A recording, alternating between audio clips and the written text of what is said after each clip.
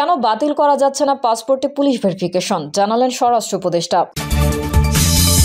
এদিকে রাজনীতি এখন কার হাতে, জানাবো শেখ হাসিনাকে শতবার ফাঁসি দিল প্রাপ্য বিচার হবে না, বলছেন রাশেদ প্রধান। এবং সর্বশেষ জানাবো নারায়ণগঞ্জে 4 তলা বাড়ি দখলে নিলেন বিএনপি নেতা। এতক্ষণ শুনছিলেন সংবাদ শিরোনাম, এবারে বিস্তারিত। কেন বাতিল করা যাচ্ছে না পাসপোর্টে পুলিশ ভেরিফিকেশন, জানালেন স্বরাষ্ট্র উপদেষ্টা। বাংলাদেশে পাসপোর্ট করার ক্ষেত্রে পুলিশ ভেরিফিকেশন বাতিলের বিষয়ে এখনও চূড়ান্ত কোনো সিদ্ধান্ত হয়নি বলে জানিয়েছেন স্বরাষ্ট্র উপদেষ্টা অবসরপ্রাপ্ত লেফটেন্যান্ট জেনারেল মোহাম্মদ জাহাঙ্গীর আলম চৌধুরী। একসময় চিন্তা করছিলাম পুলিশ ভেরিফিকেশনটা উঠাই দিব, শুধু আমরা কার্ডের উপরেই দিব, যেহেতু পুলিশ ভেরিফিকেশনে জনগণের একটু হ্যারাসমেন্ট হয়। কিন্তু রোহিঙ্গার সমস্যার যে কথা বললেন, এটার কারণে জিনিসটা উঠানো যাচ্ছে না। সাংবাদিকদের এসব কথা বলেন স্বরাষ্ট্র উপদেষ্টা। তাহলে কি পুলিশ ভেরিফিকেশন থাকছে, প্রশ্ন করেন সাংবাদিকরা। এর জবাবে উপদেষ্টা বলেন, পুলিশ ভেরিফিকেশন থাকছে কি থাকছে না এ বিষয়ে আমি এখনই বলতে পারবো না, বাট যদি দেখা যায় যে শুধু আমাদের আইডি কার্ড দিয়ে পারা যায় তাহলে আমরা সেটা উঠাই দিব। এছাড়া বিদেশি নাগরিকদের মধ্যে যাদের ভিসার মেয়াদ শেষ হয়েছে তারা 31শে জানুয়ারির মধ্যে নতুন ভিসা না নিলে আইনগত ব্যবস্থা নেওয়া হবে বলেও জানিয়েছেন স্বরাষ্ট্র উপদেষ্টা। রাজনীতি এখন কার হাতে, রাজনীতি এখন কার হাতে?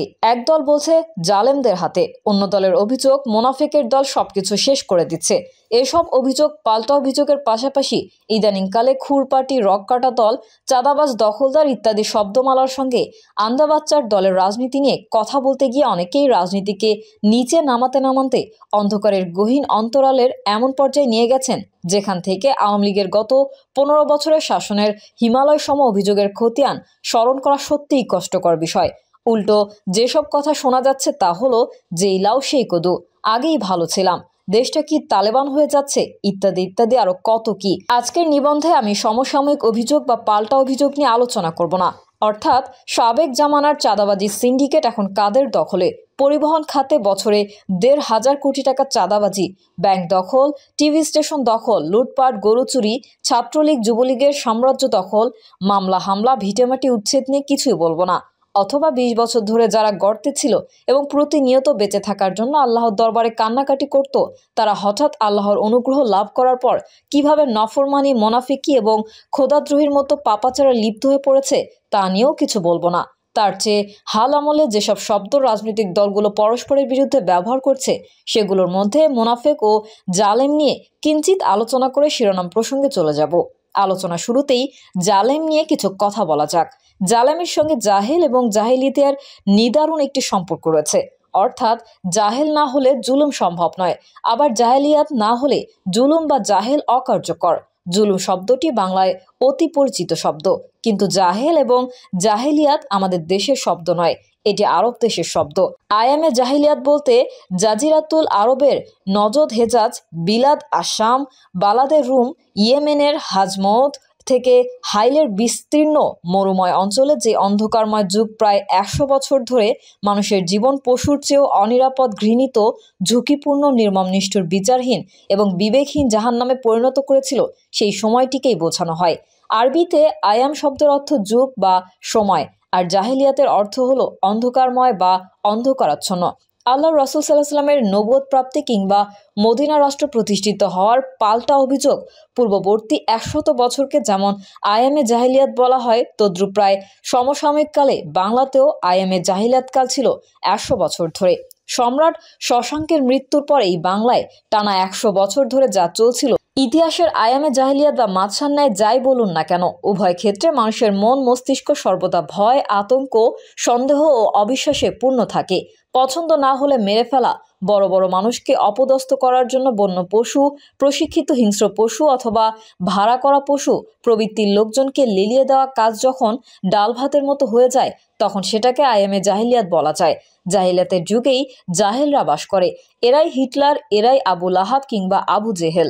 বিচার বিবেচনাহীন মন মস্তিষ্ক, লোভ লালসায় পূর্ণ চরিত্র অভ্যাস, অত্যাচার, খুন খারাপিতে সিদ্ধহস্ত অঙ্গপতঙ্গ, চুরি, ডাকাতি, খুন, ধর্ষণ, অপহরণ, পাপাচার, ভ্রষ্টাচার, অন্যের লোভনীয় ধন সম্পদ, স্ত্রী কন্যা পদপদবি ছিনিয়ে নেওয়ার দুর্বার ক্ষমতাধর লোকজনকেই জালেম বলা হয়।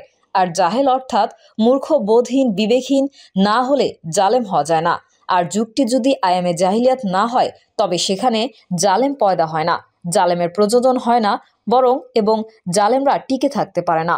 সুতরাং যারা প্রতিপক্ষকে জালেম বলে গালি দিচ্ছেন তারা আসলে কি বোঝাতে চাচ্ছেন তা বোধ করি সম্মানিত পাঠক এতক্ষণে বুঝতে পেরেছেন। হাল আমলে যারা জালেম বলে প্রতিপক্ষকে রাজনীতির মতাদর্শের লোকজনকে গালি দিয়েছেন সেই জবাবে কথিত জালেমরা পাল্টা গালি দিয়ে বলেছেন ওরা মোনাফেক। এখন প্রশ্ন হলো মোনাফেক কি এবং কারা?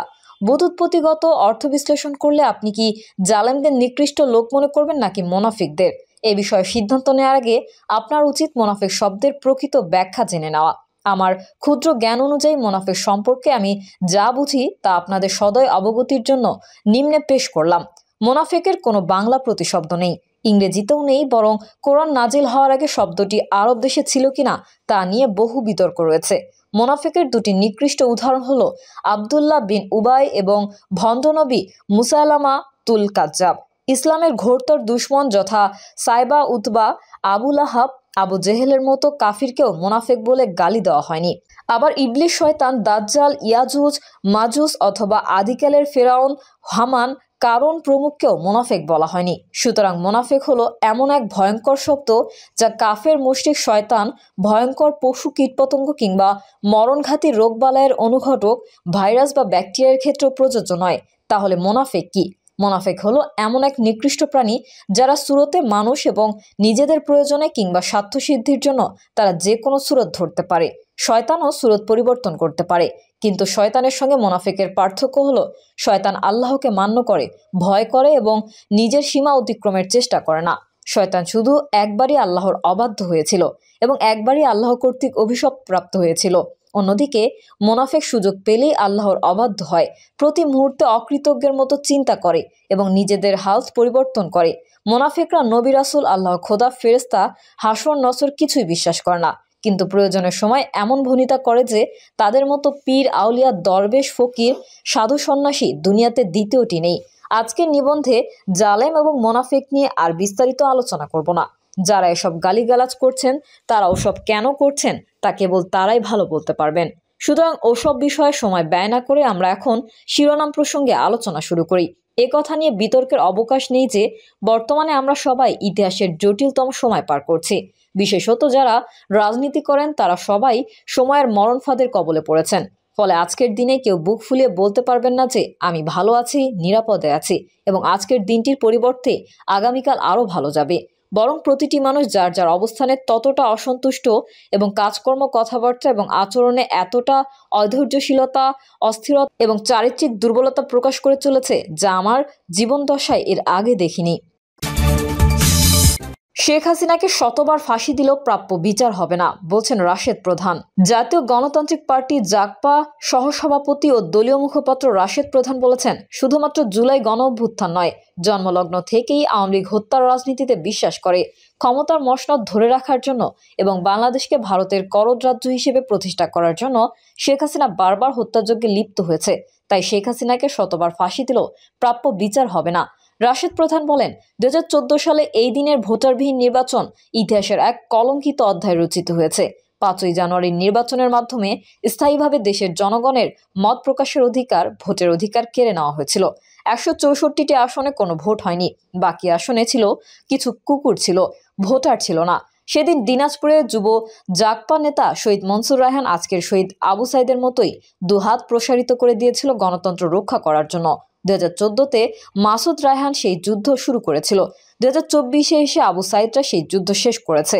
10 বছরে অসংখ্য শহীদদের হত্যার বিচার করতে হবে, আমাদের দায় মুক্ত হতে হবে।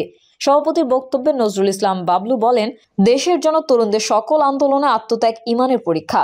যুব জাগপা সবসময় এই পরীক্ষায় উত্তীর্ণ হয়েছে। প্রয়োজন হলে সার্বভৌমত্ব, গণতন্ত্র ও ভোটাধিকার রক্ষায় আরেকটি সংগ্রাম হবে আমাদের চূড়ান্ত বিজয়। যুব জাগপা আয়োজিত পল্টনস্থ শফিউল আলম প্রধান মিলনায়তনে 5ই জানুয়ারি 2014 গণতন্ত্র হত্যা দিবস এবং ভোটাধিকার রক্ষায় লড়াইয়ে যুব জাগপা নেতা শহীদ মাসুদ রায়হানের স্মরণ সভায় প্রধান অতিথির বক্তব্যে তিনি এসব কথা বলেন। প্রিয় দর্শক, এই ছিল এখনকার সর্বশেষ সংবাদ। আপডেট ও সংবাদ পেতে চ্যানেলটি সাবস্ক্রাইব করে বেল আইকনটি ক্লিক করুন। কমেন্টে আপনার মতামত জানিয়ে আমাদের সাথেই থাকুন। ধন্যবাদ সবাইকে। আল্লাহ হাফেজ।